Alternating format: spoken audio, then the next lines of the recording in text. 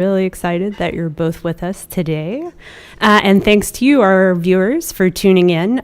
Don't forget, you can always send questions ahead of time to feedback@yarnwire.org or join the live chat on YouTube to submit questions in real time.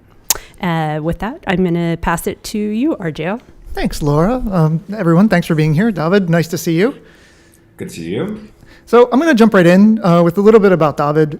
If you are following this series, you should know who Yarnwire is and what they're about. And if you haven't, you should look into some of the back catalog, particularly episode 1 gives a better grounding of sort of the history of the organization and sort of, what the aim of feedback is trying to achieve.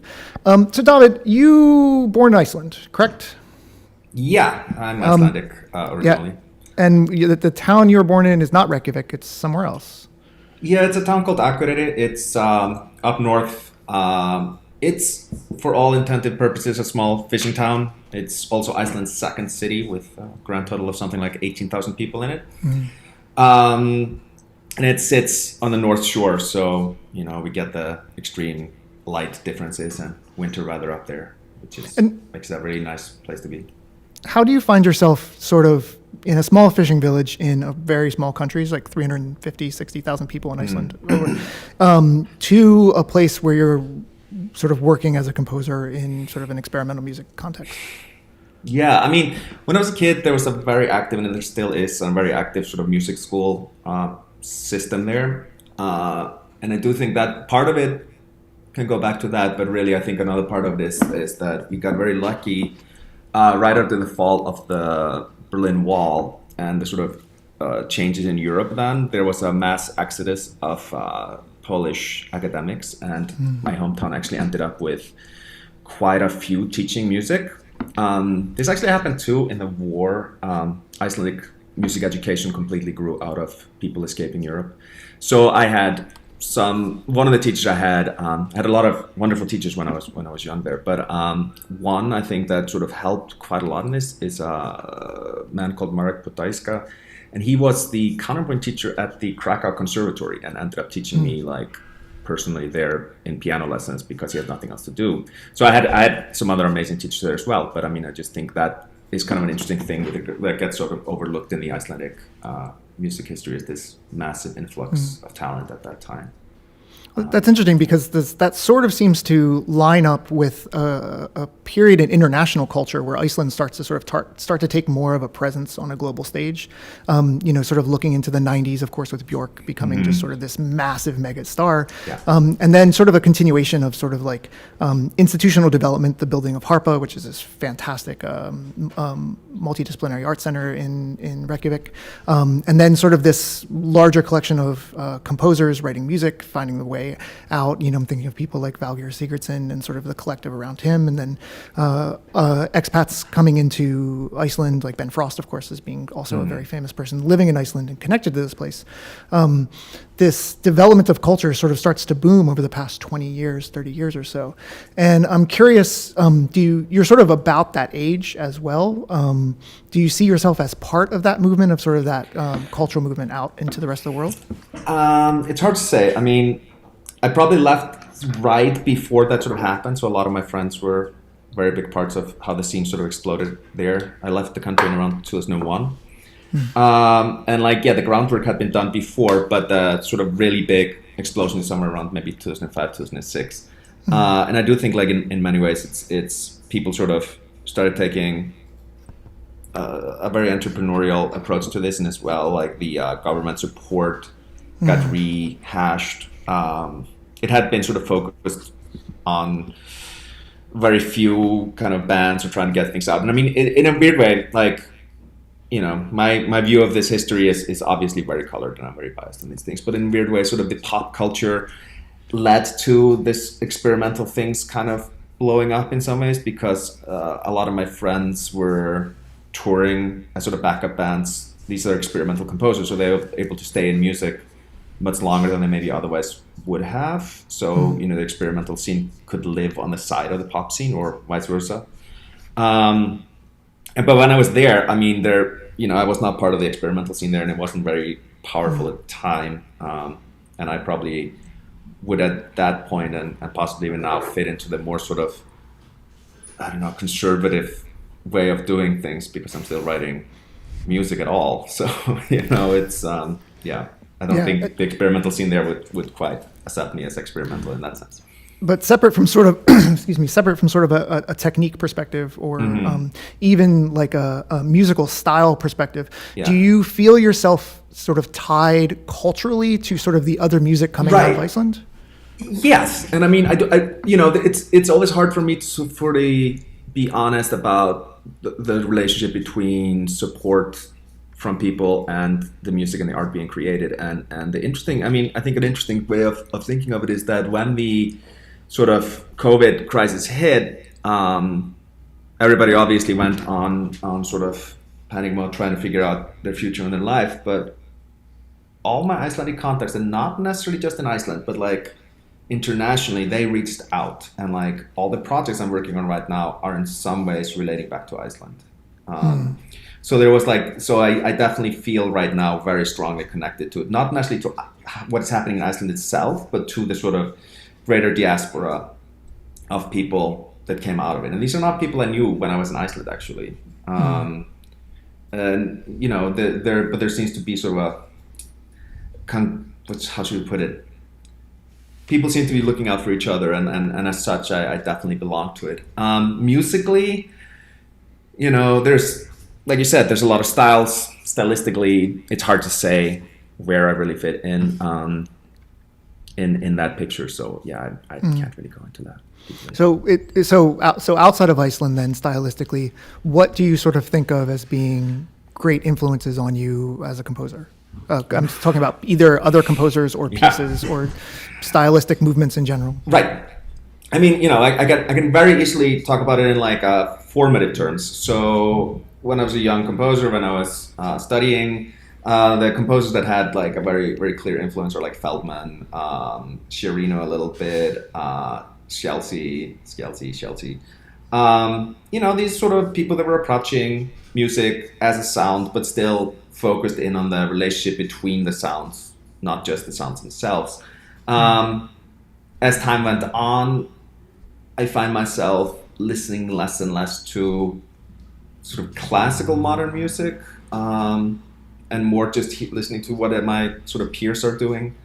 So the influence is more feeling like that it's not coming from like this historical thing. It's more being filtered through other people.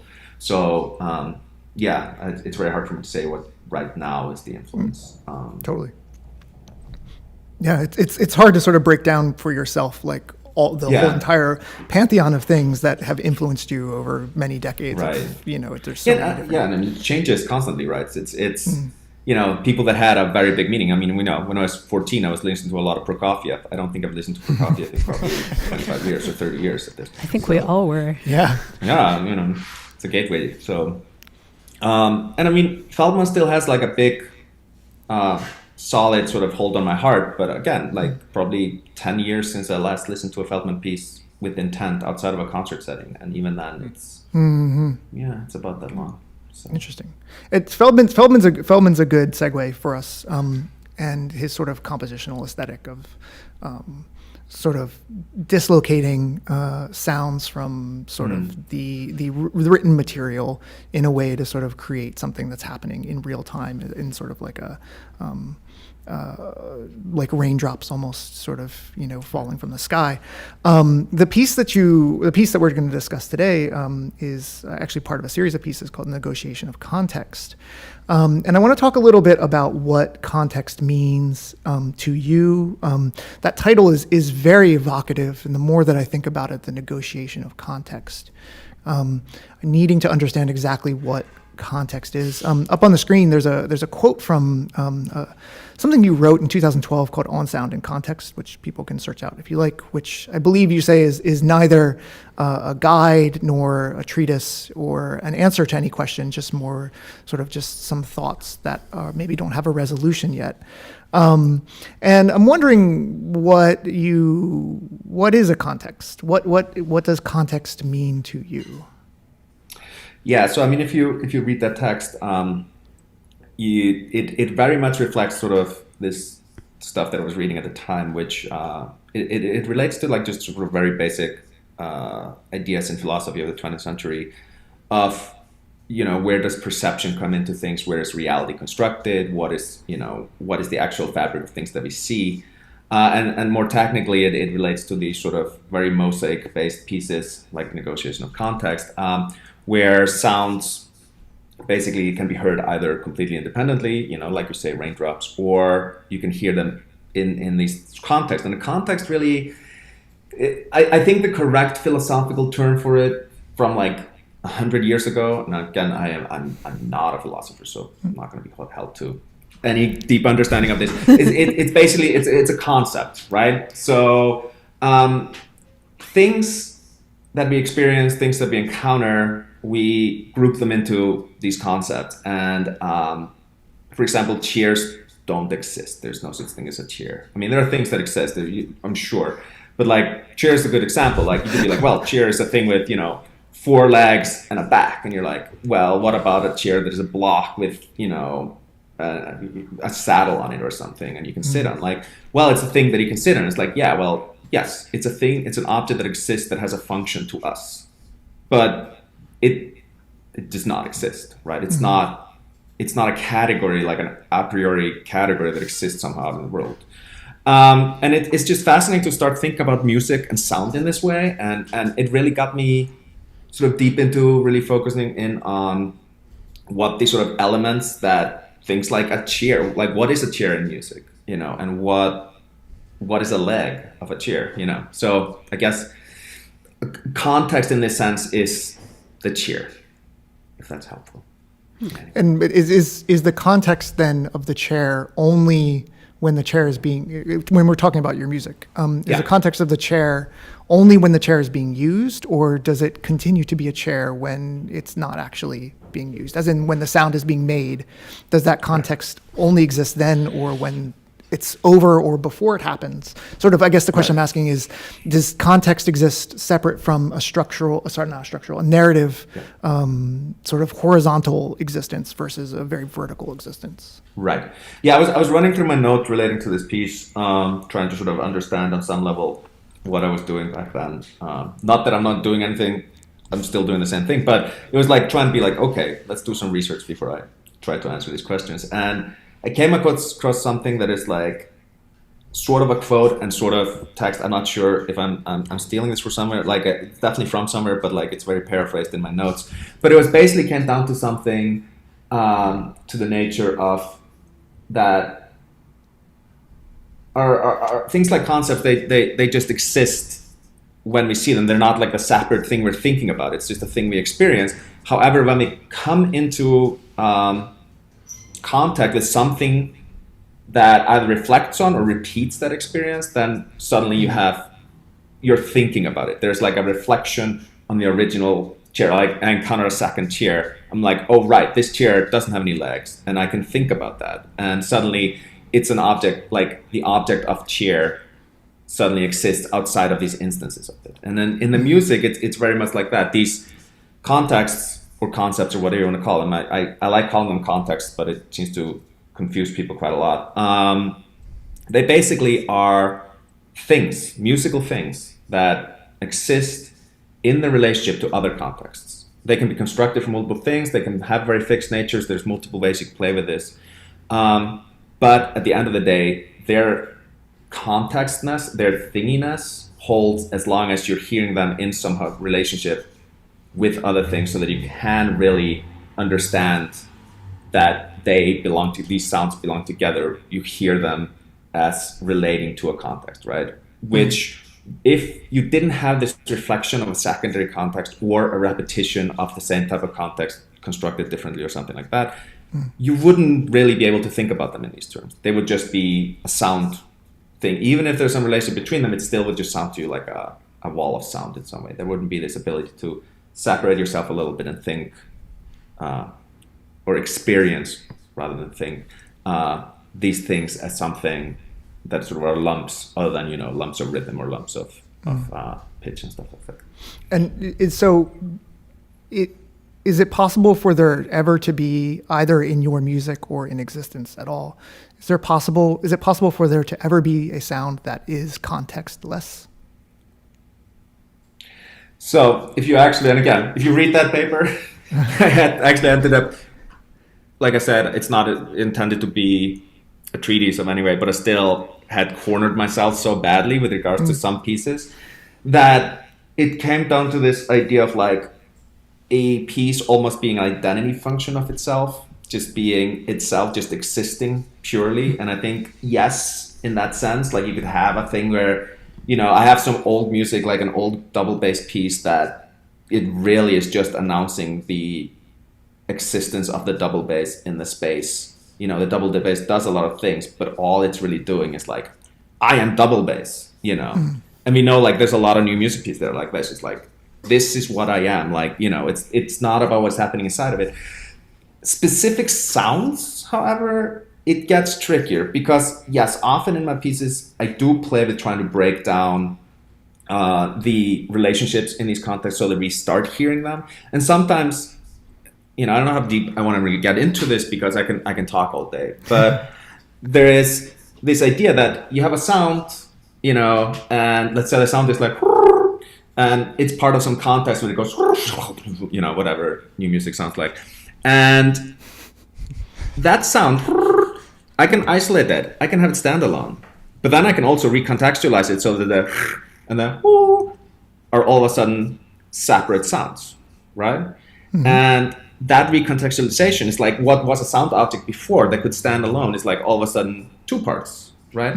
And like you can actually keep going quite deep, endlessly. And like, sure, like it's hard to get beyond the sine wave of or whatever, but like then, yeah, I'll just recontextualize it within a chord and, you know, you start hearing it differently. So it's like, there's this constant ongoing game of, you know, on the surface level, this seems like very clear, like, you know, oh, you have some items, you make an object, you take it apart. But the objects themselves, or the items themselves, end up becoming objects as well. Because, I mean, it's like you can endlessly look through this nested relationship that our world is constructed from and really play with pulling them apart. And I mean, you can go in further because you can start playing with the temporal experience and stuff like that, so that, you know, even the time of the sound starts becoming part of the what seemed to be an item and seemed to be fully locked into it, like your experience of the sound in time.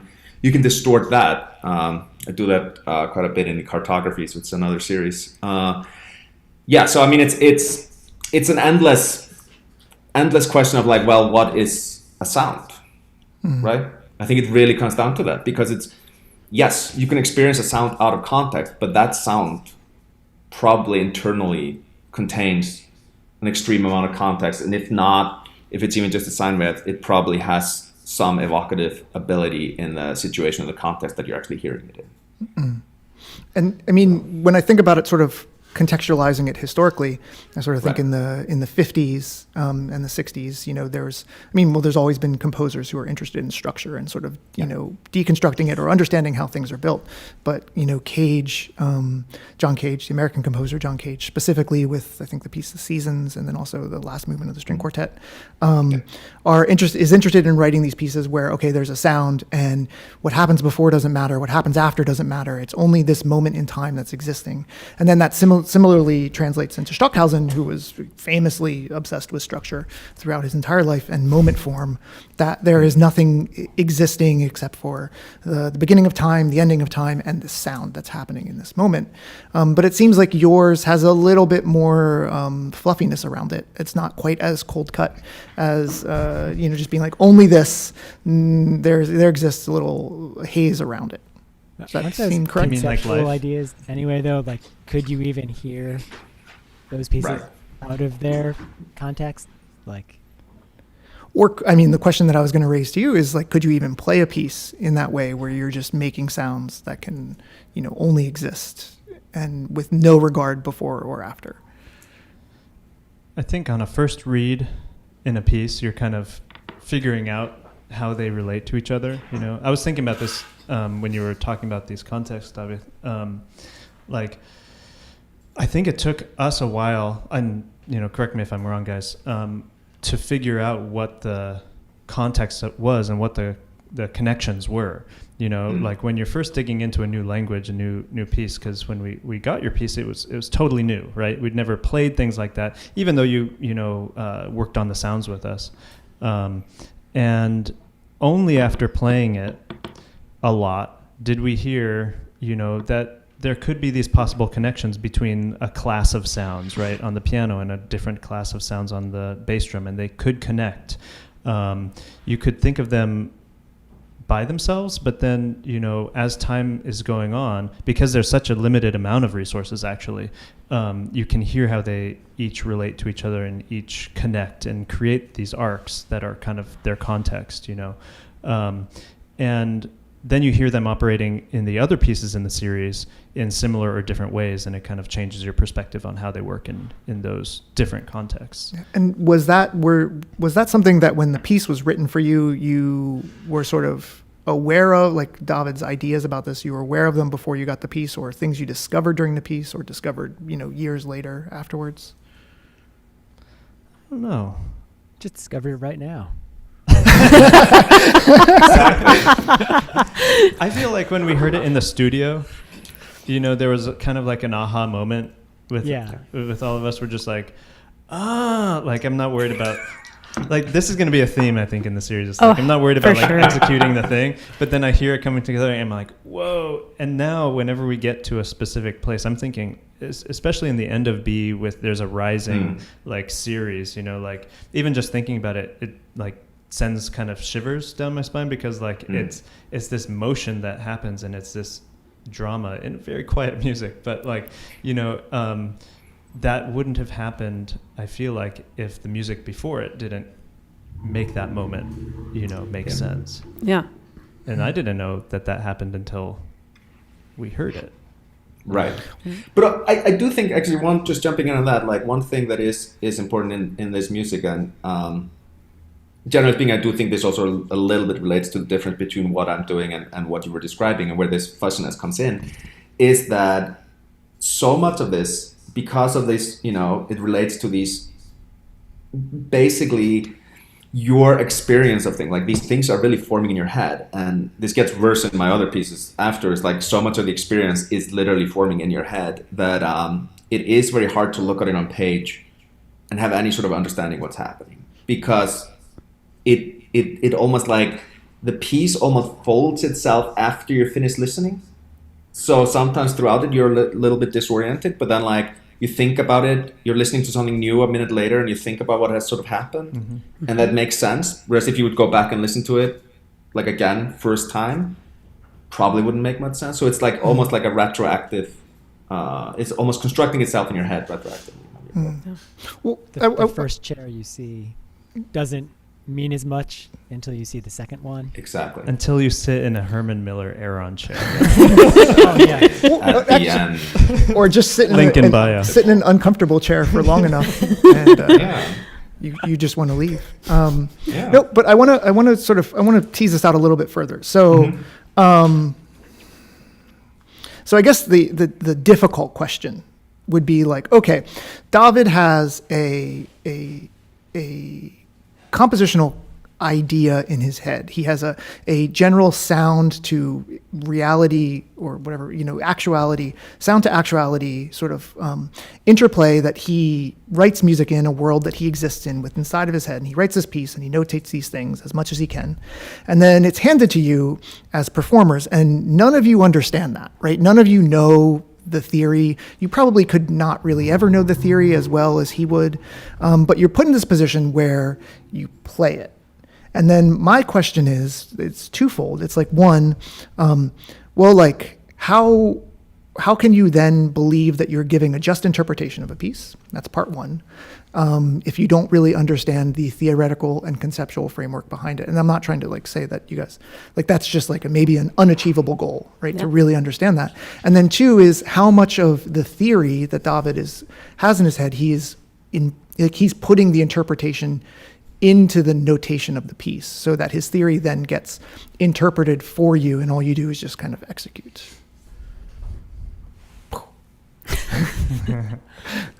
Well, this piece, I think, for us was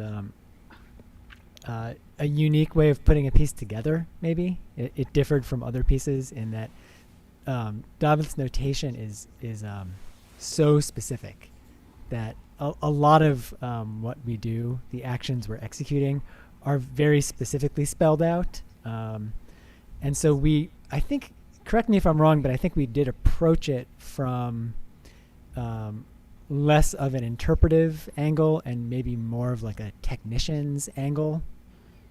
Yeah, I mean, I think the thing I remember starting with, which I think maybe we saw some pictures of like at the very, very beginning of this episode, was just working on the kinds of sounds that were in the vocabulary of the piece, right? Like there are all of these really super specific techniques for both percussion and piano. And we worked with David just, on, okay, so the guitar slide sound is this. And when I pluck it with a pick, it should sound exactly like this, but that's a little different from the strum, which is like this. And so we really worked on building a vocabulary, I think, for the piece first. And then it was more of that was the part that was, I guess maybe where the most learning took place in some ways. Yeah. I had that experience also where, we had a lot of techniques we had to learn. But then I do remember a kind of like aha moment for myself, at least listening to the interplay between the bass drums. There's a bunch of moments where like a sound, I'm thinking there's a sound where you take a guitar pick, and you scrape it across the skin. Or, no, actually, I'm wrong. It's a fingernail, and you kind of do a flick, like a gentle flick. Mm-hmm. And it's like somehow a really beautiful sound. It's really subtle. It has a lot of depth because of the bass drum resonance.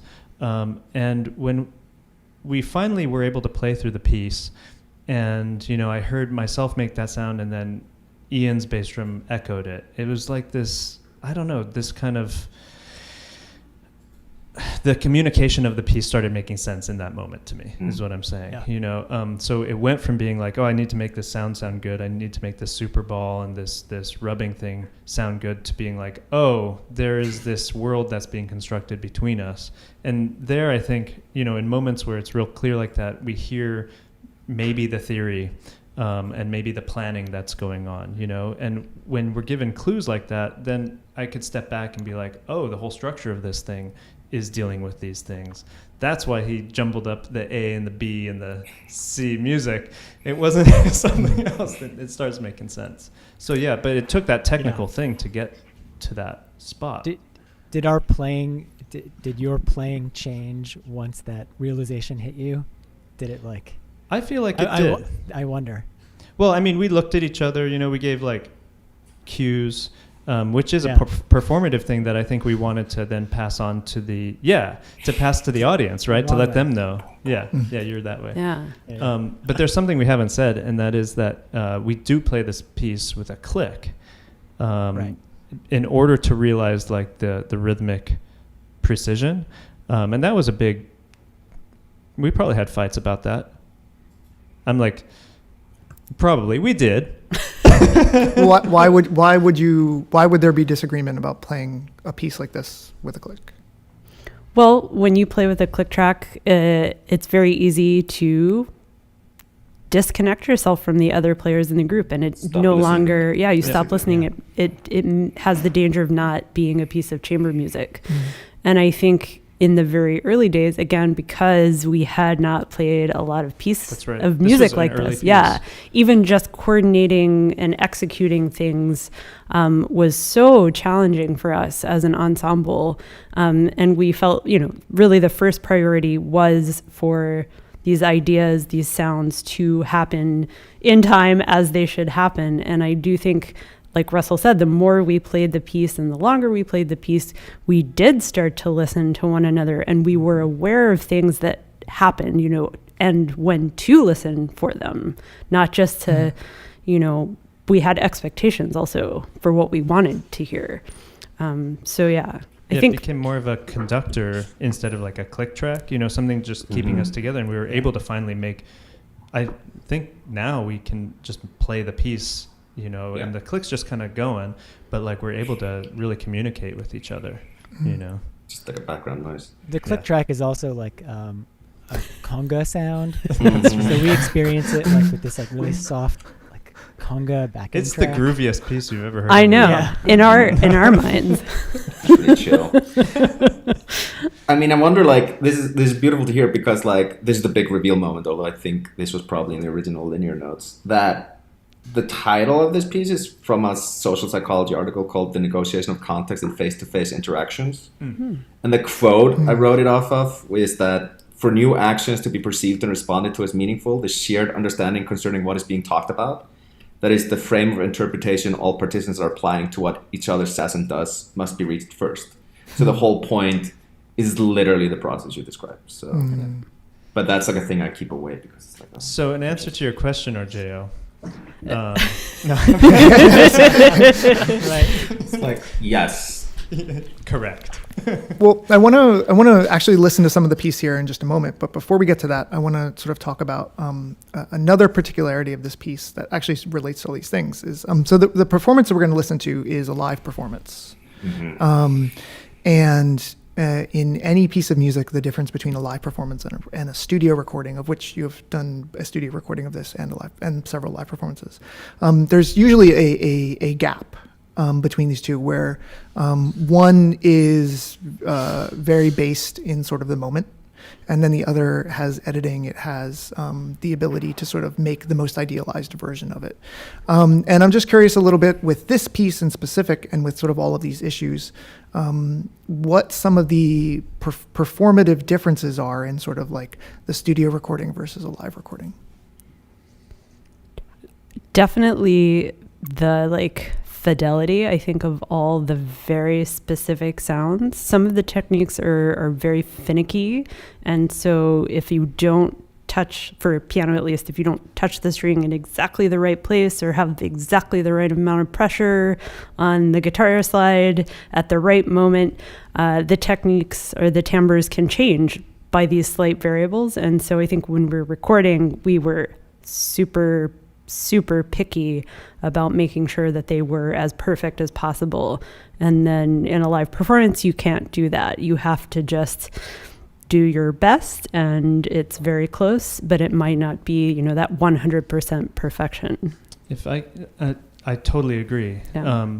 One of the things that an answer to this question actually could apply to every single piece that we record, and like with David's piece with Negotiation of Context B, like you said, the sounds are really finicky. They're actually very quiet also. And so in a traditional hall, it's kind of hard to get them to speak. Whereas with a recording, you can really just put the mic on the sound and get the levels. But in my opinion, the goal of the recording isn't actually just to document a live performance of the piece. It's actually to capture the energy that you can only get in a live performance, actually, and to capture the energy of the music that's on the page. So, for instance, when we did the recording of the Vergo recording, we used, compression, limiting, all the tools that you normally would use in, hyper-produced studio recording to capture the energy, right? Even in things that are like really low volume. The difference is that in a live performance, then how do you go about making those things audible? And what we can do in a live situation is use our bodies. And so even if we're spread out, if I'm making the tiniest of sounds, at least I can draw the audience's attention to it, hopefully, so that they can, if they can't hear it, they can at least focus their energy on that sound, and then they experience that same energy. But it's in an audiovisual way rather than a purely auditory way. And that, to be honest, the magic of live performance lies in being able to transmit music to people through your bodies, right? And them being able to see it.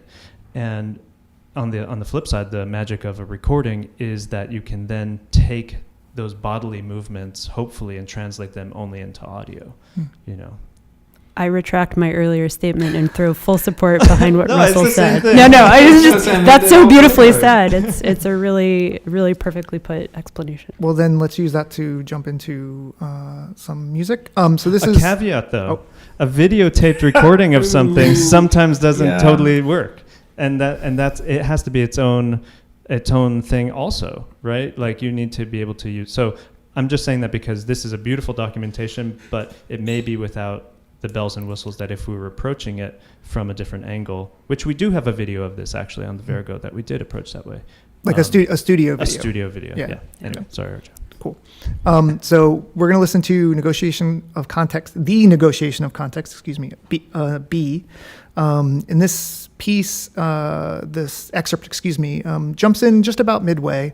So any of you listening at home for the first time, this isn't exactly the beginning of the piece. It's just sort of maybe a snippet that gives a good cross-section of sort of the ideas that are going throughout the piece. So let's take a listen.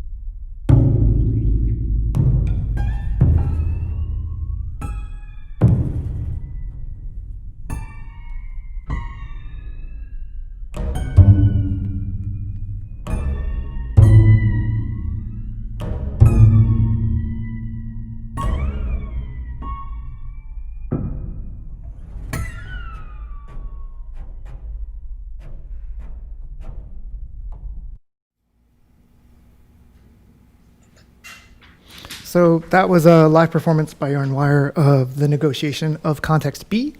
Yeah,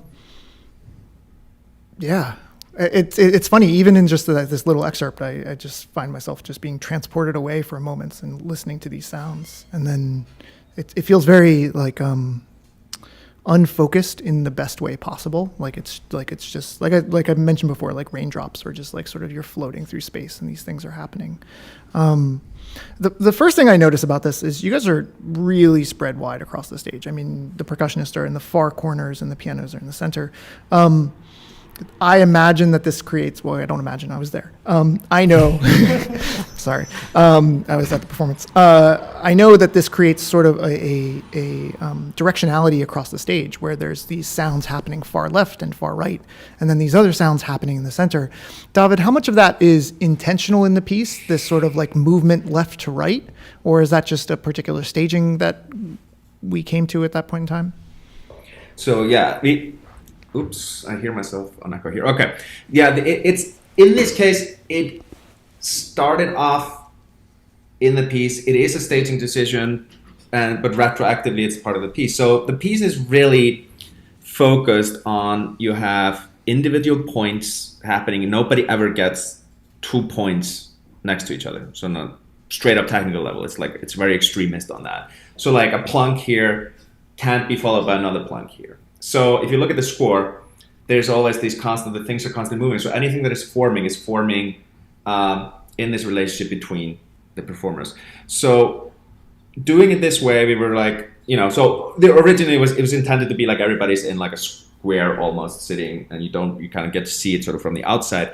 But as we sort of did this piece more and more, and as I developed other pieces and started realizing the importance of this for me, this sort of increasing the separation between the things, basically amplifying this mosaicness. Because when you look at the piece, you may not even realize this is happening unless you really have this separation. We started, I think, preparing it and performing it more like this, and I think that's the way it's been done since. But it wasn't. It's more a thing that wasn't actually a decision when writing the piece. It's more like looking at the piece and realizing, wait, this is better executed doing this. So in some ways, the text is not fully finished there. It's a way that, there's this interpretive level that had to be applied to get it to this place. And when you look at sort of a staging like that, the issue of a click track becomes immediately apparent to any musician ever. I mean, that's virtually impossible to put together when spread out over such a large distance without something tying all of you together. But I imagine that the issues with the click track that we were discussing before was brought up when you were closer together. And so the piece requires it even if you are that close in a traditional chamber setting versus far apart? It was a decision we made, right? I mean, some of the meters are pretty tough, and there's a lot of changes in tempo, and a lot of fluctuations within those tempi also. And I have to say, it's probably, when did you write this piece? In 2010? 2011, I think. 10, 11. 10. Yeah, it was really early, and for us as a chamber group, and so learning how to communicate together, it really smoothed over that process for us. We had a discussion with you about it, I think, and I don't remember what your thought was.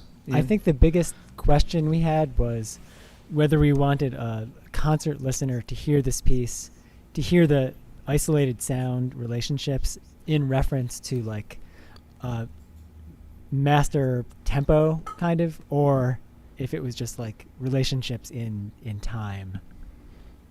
Yeah. Yeah, and it was definitely written in the relationship way, but it's one of those things where at some point you have to be realistic about the execution of things. And right. I do think there is a way of performing this without the click track, but it's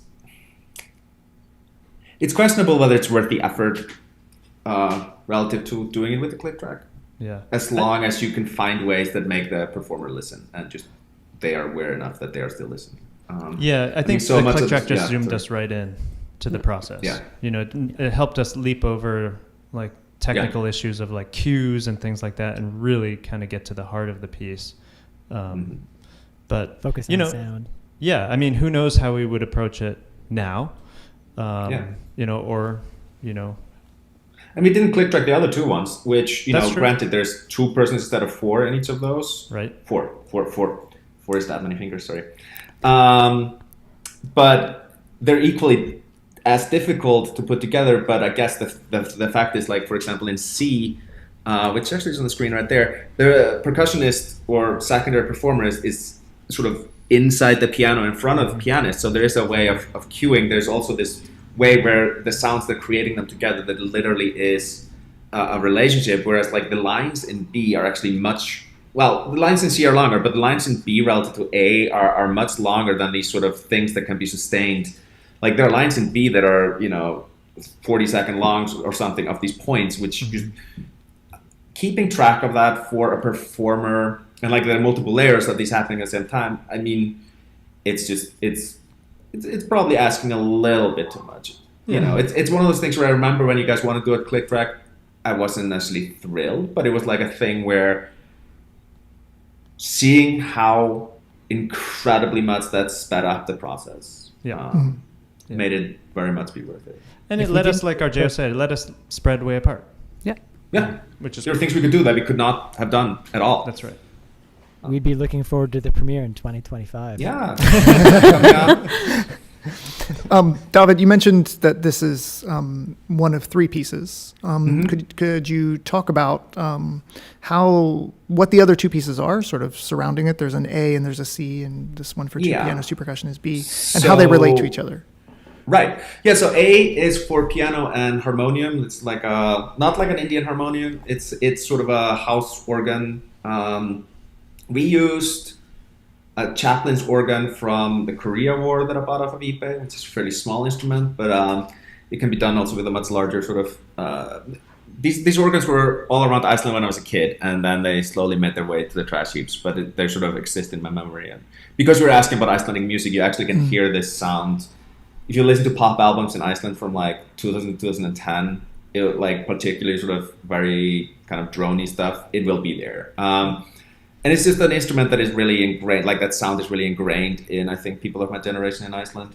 Not because anybody was using it, but just simply because like those are the instruments that you could go boop, boop, boop, boop, on when you're like can barely reach the keyboard. So the first one is for those two. It was, I believe, commissioned by either or. It's the first one that is written. And then C is for solo piano with a secondary performer that never really plays themselves, that just touch the strings and thereby manipulate how the instrument responds. And yeah, I mean, that piece is the difference between them is the first one is the most sort of pointillistic. It really is very much about hearing the sounds, just as sounds. The second one, you get these contexts really forming. And by the third one, I don't think there's ever a sound in it that isn't in context, but there's a constant shifting happening of what these contexts are. So it's a kind of an and form, but with a very limited palette of sounds. But at the same time, when you listen to it, you wouldn't really realize. You'd be like, oh, there's like a million sounds in here, where and that sort of in a weird way, I would say like A is where the idea of this really started coming in. B is where I work out all the issues with this, and C is really the one where like, oh right, this is how I do it, and now it's like an ingrained technique that I use, and I believe like. I think Laura and Russell did C, and Ning and Ian did A. Yep. That's right. Yeah. And so split the group up. Is the idealized conception of this that all three pieces would be performed, or they're okay to perform separately? Like they're okay, but yeah, you can definitely do them separately. And they were for a while were like that. I think the only time that have been done all together was with Yarnwire. The individual nobody's done I think B, but the other two ones had sort of separate life. Because they don't have the click track. Yeah. No, I mean it's like I'm the first one to admit it. It's a nightmare of a piece to put together. And again, it's like it's the piece where these ideas were being worked through, and in some ways it makes it the most exciting piece for me because it's like things are still raw, they're still rough. It's like you really are inside my like process. I'm like, in this piece. Whereas by C sounds amazing. I love that piece, particularly when you guys play it. But it's like that's just a slick piece of like, oh, this is how you do music, right? Whereas this piece is like you're like, whoa, shit can fall apart at any point. Yeah. The question for Yarnwire is so When you do these pieces all in a set, and it's probably, 30, 40 minutes of music in total, something like that, 35. What are audience reactions to this? I mean, I imagine this is a much different experience than maybe playing something with a little bit more horizontal flow that has quote unquote melodies that, your parents can follow along with. How do people react to this? Depends on the audience. Well, when have we done it? We did it at Roulette as a set, right? That's right. Mm-hmm. And MPAC. I don't think you guys we Did we did all not three. perform it I at don't think you MPAC? performed all three. Okay. I think it's did, similar I to think. what David was saying though. Like, it's something that needs reflection to sink in. Like it actually might be difficult for someone to react in a maybe not an honest way, but like a considered way, even right after the performance. It might take some time. It's not like a Yeah. wow, I just tell them to go buy the jump on their album. feet. Yeah, exactly. So. I don't know. No, I I- feel like. Go ahead. Oh, well, I mean, I did have like the most extreme audience reaction I've had to these pieces was actually not you guys playing them. We were doing them in Iceland, and this reviewer who was always quite exciting was sitting in front of me, and this was, I believe, and the idea that I had in some ways, I mean, there's I keep saying the idea behind this piece. One of the million ideas that go into this piece is this idea that you should really, your ears should really be turned on. Like you, as a listener, you start hearing things. And I mean, I guess in some ways it goes back to the Kate's question you were asking earlier.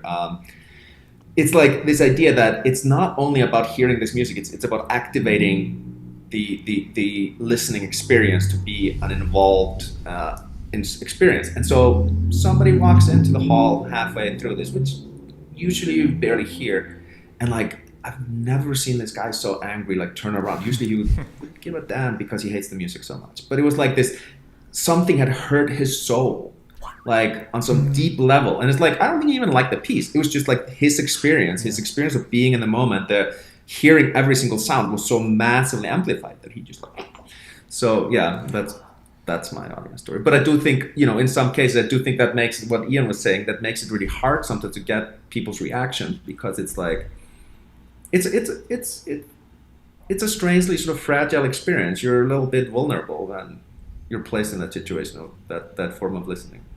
I think I'm remembering two performances in particular. One was the premiere, which we did at the Greenwich House Music School, if I'm correct. That's right. And then the time when we did all three pieces at Roulette. And the situations couldn't have been more different. At Greenwich House, the pianos I'm sure were fine, but it's kind of a community space, and I think people were coming in and out. It was one of our first shows. We were hustling to get the next piece set up and everything. So there wasn't much of the space for contemplation. It was cool, phew, it worked. What did it sound like? I don't know.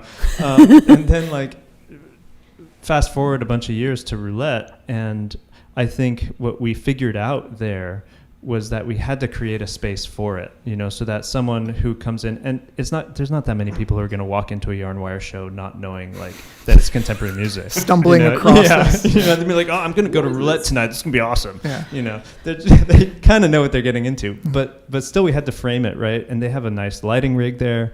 They had a nice mic set up, and we were able to kind of, even when someone walks in, they already are in this kind of contemplative state because the stage is set. And I think it's kind of important, MPAC was the same way. We had it set, and so when people are confronted with these small sounds, they're able to really, like you said, open their ears, and it doesn't matter the volume. And then because the pieces are about 30 to 35 minutes total, you have an intermission afterwards. And that intermission helps you kind of do the reflection that Ian was talking about, I feel and I don't remember people really talking to us that much, but you could feel that people were just listening to the sounds again, fold in on themselves, and listen to that experience and feel what that was like. It's if you go to, a national park or something, like El Capitan, and you look at it, you're not going to be well, some people will be pretty rowdy, but like just standing and feeling that experience is like a very personal one, as opposed to like, I don't know, something like that. It's not like riding a roller coaster. No, Like, no. Yeah. Yeah, and I mean, I quite literally, it's like riding a roller coaster. You're on a track. Somebody is entertaining you. You are very much left to somewhat guide your own way through this. I mean, I leave things there to make it somewhat pleasurable, but like at the end of the day, you have to build this experience yourself. Yeah. Excellent. We're just about out of time here. I want to mention that if you are watching, you can email questions. I think a little chyron will show up on the bottom of the screen at some point, letting you know where you can email questions. And we actually did get an emailed question, I think yesterday or something like that. And specifically, there is something that sounds like a lion's roar in David's piece. How is that produced by the ensemble? A lion's roar, for those, so actually I'll have one of the percussionists describe it. Ian, what's a lion's roar? A lion's roar is a one-handed drum that has a string affixed to the head, and then you use friction to activate the head rather than striking it. And it makes a sound that sounds like a roaring lion, I would assume. Yeah. Yep. Yeah. Could you do it? David did a great job. Sounded great. I thought there was a lion's roar right here. Yeah, but this is the same thing. It's like we're using our fingers to activate the drum head just across. Mm-hmm. And the pianos have the sound also, right? But there's one inside the piano. Laura, There's a similar technique inside the piano. I think with the Super Ball mallet. Yeah. I think we have a short video of that technique. We can actually just show that. There, maybe not. I think as part of this, Yarnwire made sort of like a video collection of sort of the different techniques so that future performers could sort of access them. Mm-hmm. Just like specifically, here's a notated sound, but in reality, here's how you're able to do that. And it's entirely possible that will show up on the screen at any moment of a super ball being drug across the inside of a piano. It's also entirely possible that it will not. I'm going to say no. Oh, we have another video that we made in preparation of different techniques. I think you can post it to like the Instagram account or something. Yeah, we'll post it to that's a great Instagram idea. and put it on the website of this to show the Super Bowl technique. But it brings up a point. Like there are a lot of really specific techniques for this piece that the pianist had to learn, and so here's a bunch of them coming up. We'll put them up on our MySpace account soon. Cool.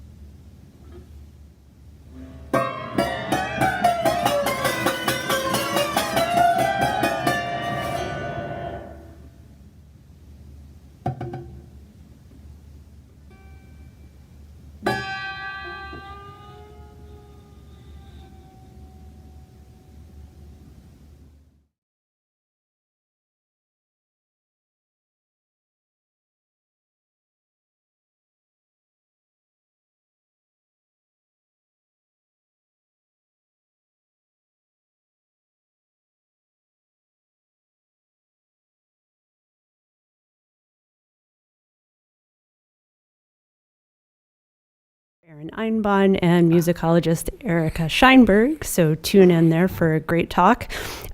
Remember to subscribe to our channel on YouTube and check out our page at patreon.com where you can support this project in exchange for exclusive subscriber benefits.